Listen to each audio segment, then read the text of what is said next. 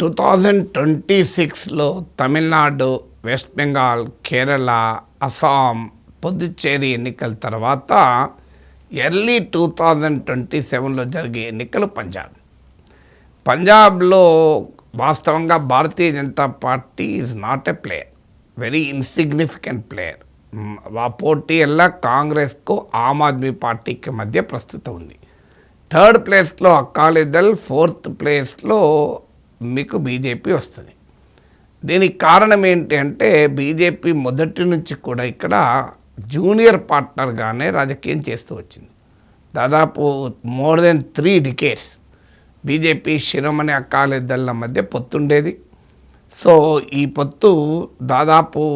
పొత్తు ప్రభావం వల్ల బీజేపీ ఎదుగుదల అనేది ప్రశ్నార్థకమైంది. అంటే పొత్తుల వల్ల లాభం ఉంటుంది, నష్టం ఉంటుంది. శిరోమణి అకాలీదళ్తో పొత్తు వల్ల బీజేపీ పంజాబ్లో సీట్లు గెలుచుకోగలిగింది, ఓట్లు తెచ్చుకోగలిగింది, ఎమ్మెల్యేలు, ఎంపీలు గెలుచుకోగలిగారు. కానీ నష్టం ఏం జరిగింది అంటే పార్టీ ఇండిపెండెంట్గా గ్రో కాలేదు. మీకు పంజాబ్లో మీరు డెమోగ్రఫీ చూస్తే అర్బన్ ఏరియాస్లో, అది కూడా హిందూ ఓటర్స్లో, అలాగే జమ్మూ కాశ్మీర్, హిమాచల్ ప్రదేశ్లకు బార్డర్గా ఉన్న ఫుట్ హిల్ ఏరియాస్లో, పంజాబ్లో రాష్ట్రంలోని హిమాచల్ అండ్ జమ్మూ కాశ్మీర్ సరిహద్దు ప్రాంతాల్లో ఉండేటువంటి జిల్లాలకు మాత్రమే బీజేపీ పరిమితం. వాస్తవంగా బీజేపీ అకాలీదళ్ల 3 decade long, more than 3 decade alliance కూడా బేసిస్ ఇదే. రెండు పార్టీలు ఓవర్లాపింగ్ ఇన్ఫ్లుయెన్స్ లేదు, కాంప్లిమెంటరీ ఇన్ఫ్లుయెన్స్ ఉంది. అంటే ఒక పార్టీ మరో పార్టీ బెనిఫిట్. ఎందుకంటే అకాలీదళ్ బలం సిక్, గ్రామీణ ప్రాంతం, రైతాంగం. బీజేపీ బలం urban areas, trading community, Hindu population. So ఎక్కడా రెండు పార్టీల మధ్య ఓవర్లాపింగ్ లేదు. అందుకే బీజేపీ అకాలీదళ్ల మధ్య అంత సుదీర్ఘకాలం పొత్తు విజయవంతంగా కొనసాగగలిగింది. కానీ 2021లో బీజేపీ నాయకత్వం ఎన్డీఏ నుంచి అకాలీదళ్ వెళ్ళిపోయింది. సో ఎన్డీఏ ప్రభుత్వంలో కూడా అకాలీదళ్ భాగస్వామి. వెళ్ళిపోవటానికి కారణము బీజేపీ ప్రభుత్వం తెచ్చిన రైతు చట్టాలు, వ్యవసాయ చట్టాలు. సో ఈ వ్యవసాయ చట్టాలకు వ్యతిరేకంగా పెద్ద ఎత్తున రైతు పోరాటాలు జరిగాయి. ఇందులో జాట్ రైతులు కీలక భూమిక పోషించారు. పంజాబ్, హర్యానాలో ఉన్న ఫార్మర్స్ ప్రధానంగా ఢిల్లీ సమీపంలో నిరసనల్లో కీలక భూమిక పోషించారు. దాంతో ఆ రైతు పోరాటాల్లో ఖలిస్తాన్ వాదులు ఉన్నారంటూ బీజేపీ అటాక్ కూడా చేసింది. బట్ ఏది చేసినా ఒక దశకొచ్చే వరకు శిరోమణి అకాలీదళ్కు ఇది పెద్ద హెడేక్గా మారింది. ఊర్లలోకి వెళ్ళలేని పరిస్థితి. ఎందుకంటే సిక్ పిజెంట్రీ మొత్తం తిరుగుబాటు చేశారు.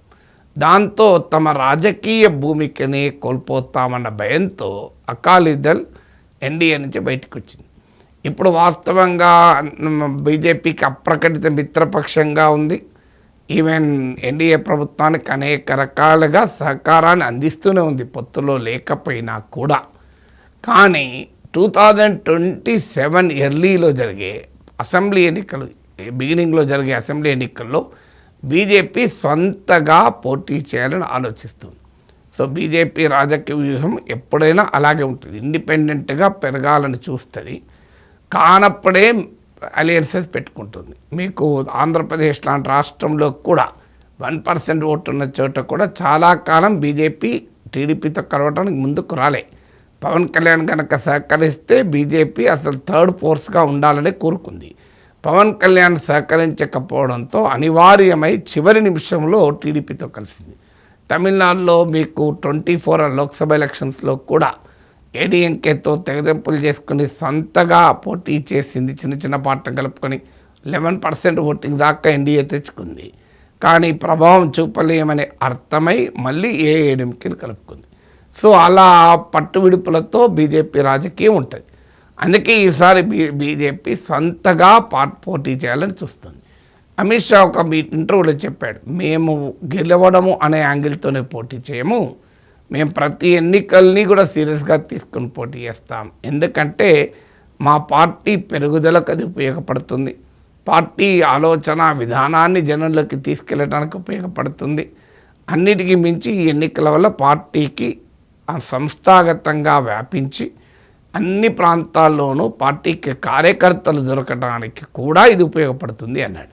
సరిగ్గా ఇప్పుడు పంజాబ్లో అదే ప్రయోగం చేయబోతున్నారు. ఎందుకంటే 2024 ఎలక్షన్స్లో బీజేపీకి 18.5% ఓటింగ్ వచ్చింది. ఇది వాస్తవంగా అంతకు ముందు వచ్చిన ఓట్లతో పోలిస్తే డబుల్. అయితే మనం అలా కంపేర్ చేయడంలో స్టాటిస్టికల్ ఎర్రర్ ఉంటుంది. అంతకుముందు అకాలీదళ్తో పొత్తులో ఉండి పోటీ చేయడం వేరు, విడిగా పోటీ చేయడం వేరు. విడిగా పోటీ చేయడం అన్ని సీట్లో పోటీ చేస్తారు కనుక ఓటింగ్ పర్సెంటేజ్ అనివార్యంగా పెరుగుతుంది. బట్ ఏదైనా ఇప్పుడు పంజాబ్లో బీజేపీ థర్డ్ ప్లేయర్గా మారింది. ఈవెన్ అకాలీదళ్ని 4th పొజిషన్కు నెట్టివేస్తూ ఇలా ఆమ్ ఆద్మీ పార్టీ, కాంగ్రెస్ల తర్వాత ప్రధాన ప్లేయర్గా బీజేపీ ఎమర్చింది. సరిగ్గా మీరు చూడండి, బీజేపీ ఎత్తుగడ అలాగే ఉంటుంది.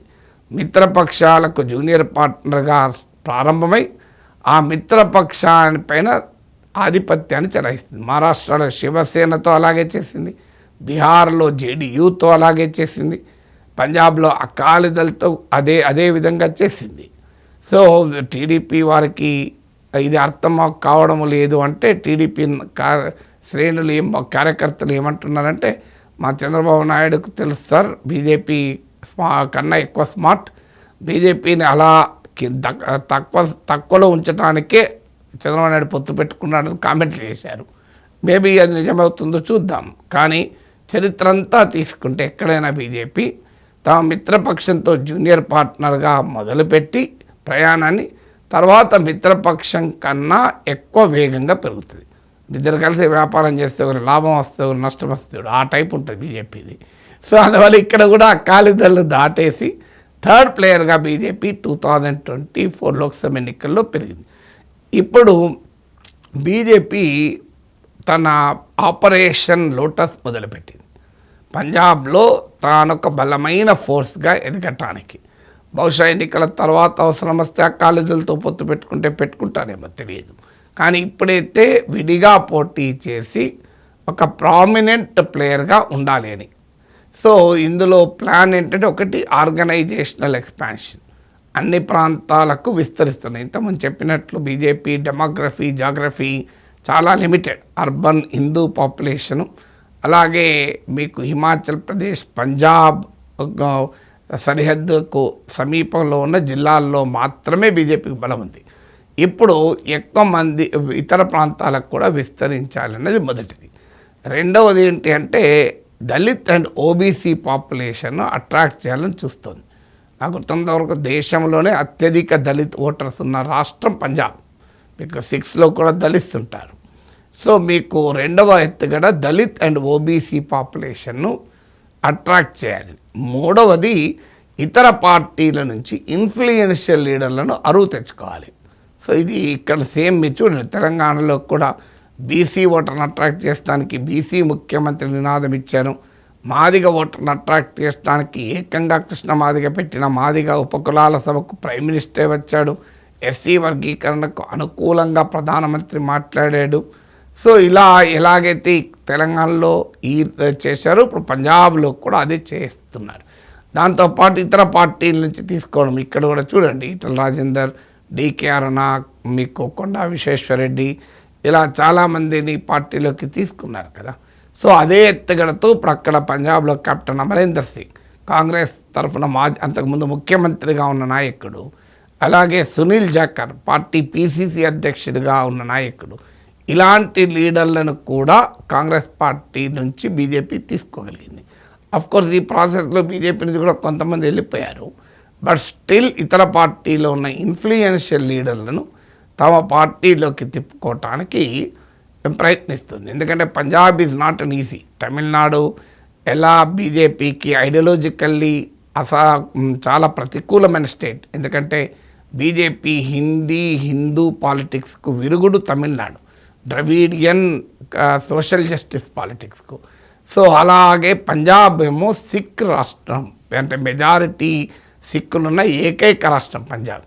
సో ఈ హిందుత్వ పాలిటిక్స్తో సిక్ మెజారిటీ రాష్ట్రాన్ని గెలుచుకోవడం అనేది కీలకం.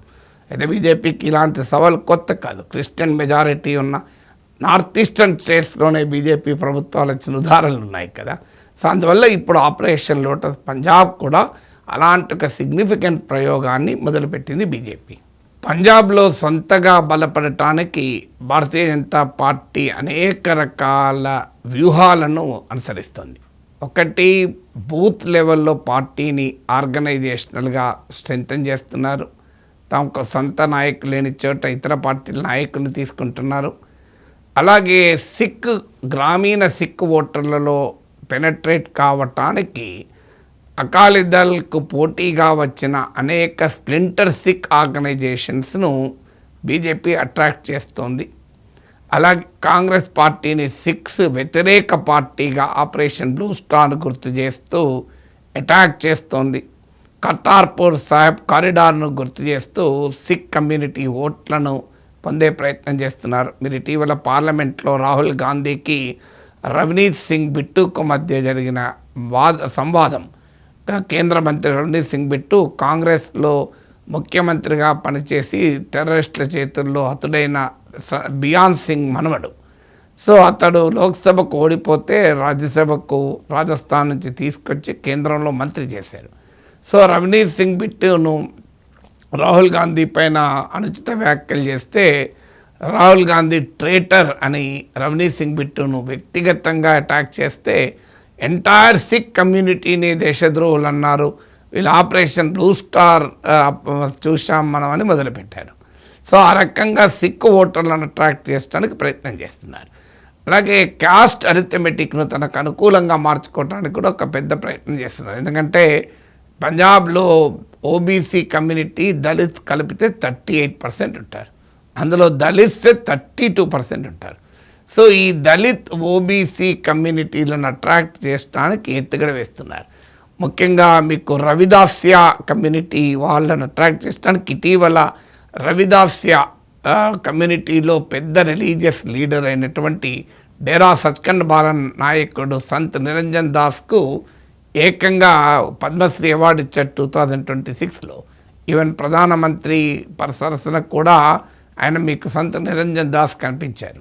అలాగే గురు రవిదాస్ టీచింగ్స్ను మేము ప్రమోట్ చేస్తాం అంటూ గురు రవిదాస్ను, అలాగే గురు తేజ్ బహదూర్ వీరి ఉత్సవాలను జరుపుతామంటూ రకరకాల sick సింబాలిజాన్ని ప్రయోగిస్తున్నారు. Of course Aam Aadmi party ఇందుకు పోటీగా సిక్ గురువుల ఉత్సవాలను జరుపుతోంది. అలా సిక్ సింబాలిజాన్ని కూడా ఉపయోగించి సిక్ ఓటర్లలో పెనట్రేట్ కావటానికి ప్రయత్నం చేస్తుంది. ఎందుకంటే అర్బన్ హిందూ ఓటర్స్ ఎలాగూ ఖలిస్తాన్ ప్రమాదము, అలాగే సిక్ డామినేషన్ వల్ల హిందుత్వ పాలిటిక్స్కు నేచురల్ అలైస్ పంజాబ్లోనే అర్బన్ హిందూస్. అందుకే ఈ సిక్ కమ్యూనిటీలోకి ఎంటర్ కావాలనేది బీజేపీ ప్రయత్నం. ఎందుకంటే ముఖ్యంగా వ్యవసాయ చట్టాల తర్వాత గ్రామీణ ప్రాంతాల్లో బీజేపీ వెళ్ళి క్యాంపెయిన్ కూడా చేసుకోలేని పరిస్థితి వచ్చింది. సో ఇలా వివిధ రూపాల్లో పంజాబ్లో పెనట్రేట్ కావటానికి బీజేపీ ప్రయత్నిస్తుంది. ఈవెన్ చివరి నిమిషంలో శిరోమణి అకాలీదళ్తో మళ్ళీ పొత్తు పెట్టుకున్న ఆశ్చర్యం ఏమీ లేదు. ఎందుకంటే మన ఆంధ్రప్రదేశ్లో చూసాం, చివరి నిమిషం వరకు టీడీపీతో కలవమని లాస్ట్ మినిట్లో కలిశారు. ఇప్పటికే కెప్టెన్ అమరేందర్ సింగ్ లాంటి వాళ్ళు బీజేపీ అకాలీదళ్ల పొత్తు ఉండాల్సిందే అని అంటున్నారు కూడా. సో అందువల్ల మీకు లాస్ట్ మినిట్కి వచ్చేటప్పటికి ఏం చేస్తుందో తెలియదు. కానీ ఈలోగా ఇండిపెండెంట్గా పోటీ చేస్తామని ప్రకటించి పంజాబ్లో బీజేపీని ఒక పెద్ద ఫోర్స్గా తయారు చేయాలని ప్రయత్నం చేస్తున్నారు. ఎందుకంటే అకాలీదళ్తో అలియన్స్ ఉన్న 3 decades, మోర్ దెన్ 3 decadesలో బీజేపీ ఓటింగ్ బిట్వీన్ 7 and 8%. మీకు ఈ దాటి ఎప్పుడూ పోలేదు బీజేపీకి. అందువల్ల ఫస్ట్ టైం మీకు 2024 లోక్సభ ఎలక్షన్లో సొంతగా పోటీ చేసి 18.5% ఓటింగ్ వచ్చింది. అందువల్ల సొంతగా ఎక్స్పాండ్ అయితే అవసరమైతే అకాలీదళ్తో మళ్ళీ కలుస్తారు. కలిస్తే కూడా అప్పటికి తన స్పేస్ పెంచుకొని ఎక్కువ సీట్లు డిమాండ్ చేసుకోవడానికి ఉపయోగపడుతుంది. కాదనుకుంటే సొంతగా పోటీ చేసినా తన బలాన్ని పెంచుకోవాలనేది బీజేపీ వ్యూహం.